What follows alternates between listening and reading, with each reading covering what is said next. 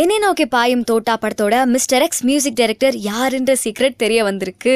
அது வேற யாரும் இல்ல, நம்ம டைரக்டர் கௌதம் மேனன் தானா. ஆச்சரியமா இருக்குல்ல. டைரக்டர் கௌதம் மேனன் தன்னோட ஒவ்வொரு படத்துலயும் ஏதாவது ஒரு விஷயத்த புதுசா பண்ணி நம்மள அந்த படத்தை பத்தி பேச வச்சிருவாரு. அந்த மாதிரிதான் இப்போ நம்ம தனுஷ் அவர் நடிச்சிட்டு இருக்க என்னை நோக்கி பாயும் தோட்டா படத்தோட மியூசிக் டைரக்டர் பேரு மிஸ்டர் எக்ஸ் அப்படின்னு சொன்னாரு. அந்த மிஸ்டர் எக்ஸ் யாரு அப்படிங்கறத லாஸ்ட் மினிட்ல தான் வெளியிடுவேன் அப்படின்னு சொல்லியிருந்தாரு. அதுக்கு முன்னாடி அந்த படத்துல இருந்து ரிலீஸ் ஆன 2 பாட்டை கேட்டுட்டு இந்த பாட்டுக்கு மியூசிக் டைரக்டர் நம்ம ஏஆர் ரஹ்மானா இருப்பாரு, அப்படி இல்லனா ஹாரிஸ் ஜெயராஜா இருப்பாரு அப்படின்னு மக்கள் கெஸ் பண்ணாங்க. சிலர்லாம் நம்ம கௌதம் மேனன் தான் மியூசிக் டைரக்டர் அப்படின்னு சொன்னாங்க. இன்னும் சிலர் இல்லப்பா தர்புகா சிவா தான் மியூசிக் டைரக்டர் அப்படிங்கிற மாதிரியும் சொல்லிட்டு இருந்தாங்க. சோ இந்த கெஸ் எல்லாம் தாண்டி இப்போதைக்கு நம்ம கௌதம் மேனன் அவர்கள் தான் அந்த படத்தோட மியூசிக் டைரக்டர் அப்படிங்கிற மாதிரியான ஒரு விஷயம் நம்ம தகுந்த வட்டாரத்துக்கிட்ட இருந்து வெளிவந்திருக்கு. நம்ம டைரக்டர் கௌதம் மேனனுக்கு மியூசிக் ஆர்வம் ரொம்பவே அதிகம்னு நம்ம எல்லாத்துக்கும் தெரிஞ்ச விஷயம் தான். நிறைய ஸ்டேஜ்ல நிறைய அவார்ட் ஃபங்க்ஷன்ல எல்லாம் அவர் பாடின பாட்டும் நம்ம கேட்டிருக்கோம். சோ அவரு தான் இந்த படத்துக்கான மியூசிக் டைரக்டர் அப்படிங்கறதும் லைட்டா ரிவீல் ஆயிருக்கு. இந்த படத்தோட மியூசிக் டைரக்டர் யாருன்னு ரிவீல் ஆயிருக்க அதே நேரத்துல தான்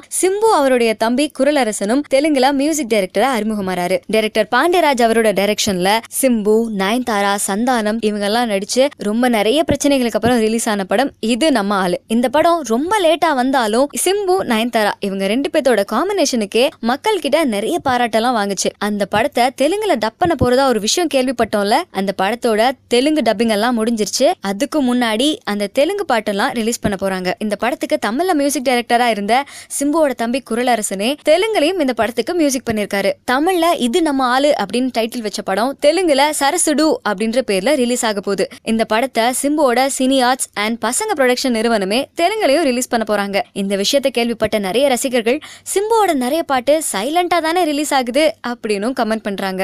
நம்ம சிம்புவோட படத்தை பத்தின சீக்ரெட் ரிலீஸ் ஆன இதே டைம் அவரோட ஃப்ரெண்ட் ஜிவி பிரகாஷோட படம் பத்தின சீக்ரெட்டும் ரிவீல் ஆயிருக்கு. ஜிவி பிரகாஷ் அவர்கள் அடுத்த மியூசிக் டைரக்டரா பண்ற படம் லென்ஸ். புதுசா அறிமுகமாகிற ஜெயபிரகாஷ் ராதாகிருஷ்ணன் இந்த படத்தை டைரக்ட் பண்ணது மட்டும் இல்லாம அவரே இந்த படத்துல நடிச்சும் இருக்காரு. நிறைய இடத்துல நடக்கிற ஊழல்களை வீடியோ எடுத்து அந்த வீடியோவை சோசியல் மீடியால அப்லோட் பண்ணா வர பிரச்சனைகள் எப்படி இருக்கும் அப்படிங்கறதுதான் இந்த படத்தோட கதையாம். கதையை கேட்டோனே முடிவு பண்ணிருப்பீங்களே யாரு ப்ரொடியூசரா இருப்பாங்கன்னு. காக்கா முட்டை, கொடி, விசாரணை இந்த படத்தோட வரிசையில இப்ப லென்ஸ் படமும் ஜாயிண்ட் ஆக போகுது.